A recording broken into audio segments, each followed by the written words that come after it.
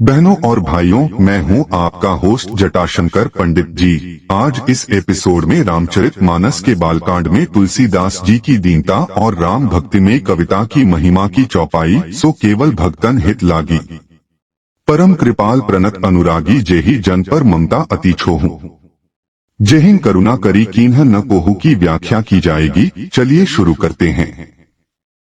भगवान की कृपा, भक्तों के लिए अनंत प्रेम। भगवान की कृपा, जो अनंत प्रेम और दया का प्रतीक है, सदियों से भक्तों के जीवन में एक महत्वपूर्ण स्थान रखती है।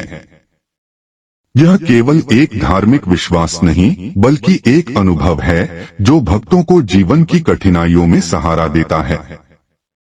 भगवान अपनी लीला के माध्यम से न केवल भौतिक समर्थन प्रदान करते हैं, बल्कि आत्मिक उत्थान का भी मार्ग प्रशस्त करते हैं। उनकी कृपा का एक अद्वितीय पहलू यह है कि यह हर भक्त के लिए विशिष्ट अनुभव बन जाती है, जो उनके व्यक्तित्व और आस्था से जुड़ा होता है। जब भक्त अपने भगवान की उपासना करते हैं, तब वे सच्चे मन से यह विश्वास करते हैं कि भगवान उनके साथ हैं। इस विश्वास के पीछे भगवान की लीला का रहस्य है, जो भक्तों के लिए विशेष संरक्षण और सहायता का प्रतीक है। इस प्रकार हर भक्त की भक्ति में भगवान की कृपा का अनुभव एक गहरा रिश्ता स्थापित करता है। भगवान की कृपा के ये क्षण न केवल आध्यात्मिक आनंद की अनुभूति कराते हैं, बल्कि जीवन के कठिन दौर में भी मनोबल को बढ़ाते हैं।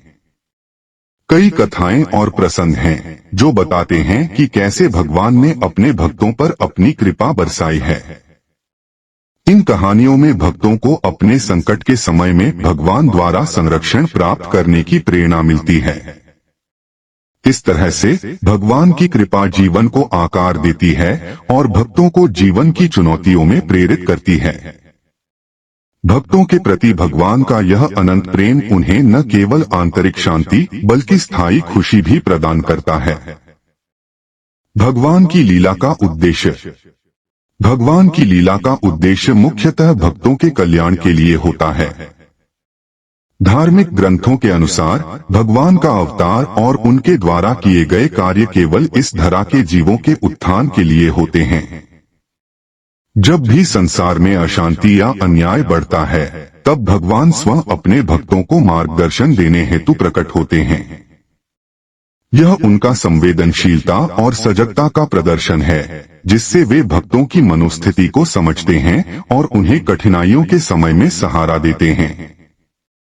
भगवान की लीला को ऐसे देखा जा सकता है कि जैसे वे स्वयं भक्तों के सुख दुख में साझेदार होते हैं।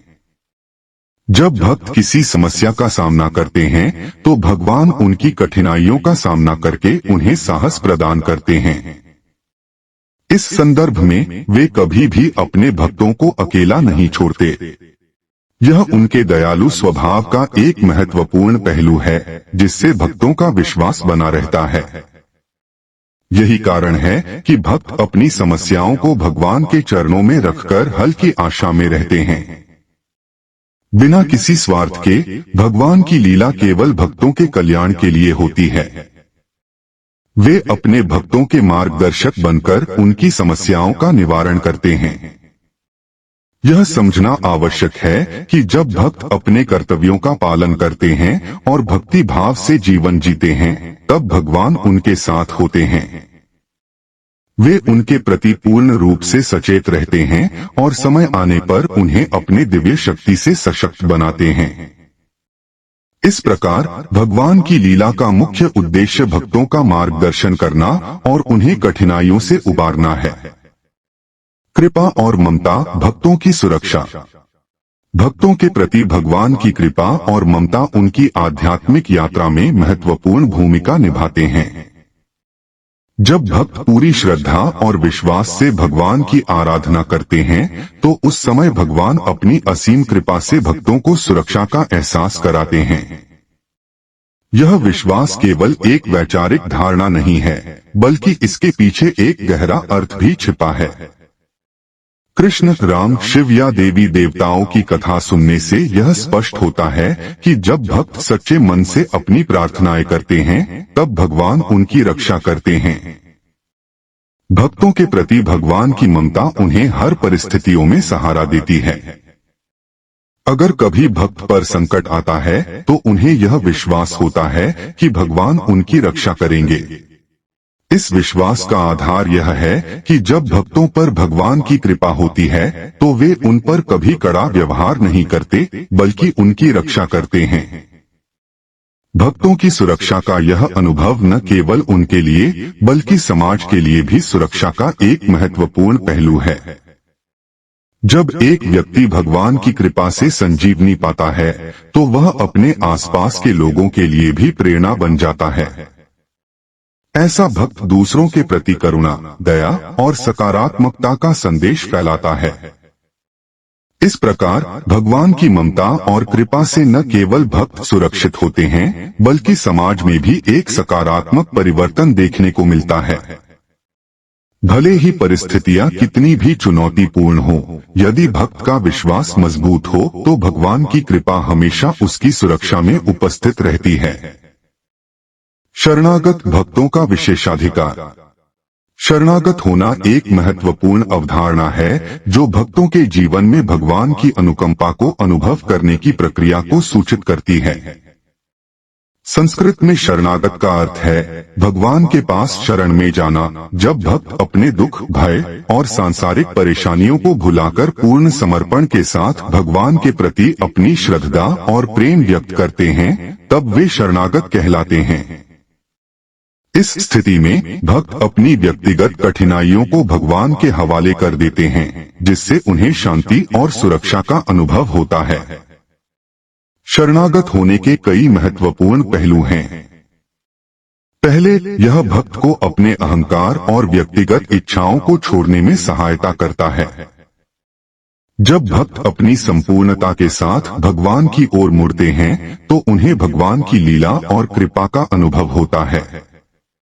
इस तरह भक्तों को विश्वास होता है कि उन्हें सिर्फ अपनी मेहनत और प्रयासों पर निर्भर होने की जरूरत नहीं, बल्कि भगवान की कृपा भी उनके जीवन में अत्यंत महत्वपूर्ण भूमिका निभाती है। इसके अलावा शरणागत होने से भक्तों को भगवान के सत्ता, प्रेम और करुणा का अनुभव करने का अवसर मिलता है। ईश्वर की लीला भक्ति के साधनों के माध्यम से प्रकट होती है, और जब भक्त अपनी प्रेम और समर्पण के साथ शरण में जाते हैं तो ईश्वर की कृपा उनके जीवन में बहने लगती है।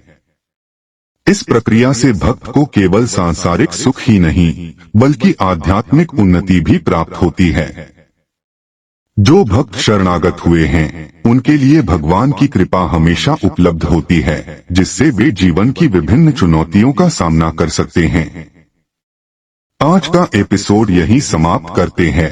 अगले एपिसोड में अगली व्याख्या के साथ उपस्थित होंगे। यदि यह व्याख्या आपके हृदय को कहीं स्पर्श कर जाए तो आभार रूप में आप इसे शेयर और लाइक करना बिल्कुल भी न भूलें। इस भगवत कार्य को जन जन तक पहुंचाने में हमारा सहयोग करें। धन्यवाद। इसी आशा के साथ आपसे विदा लेता हूं। जय जय सीताराम।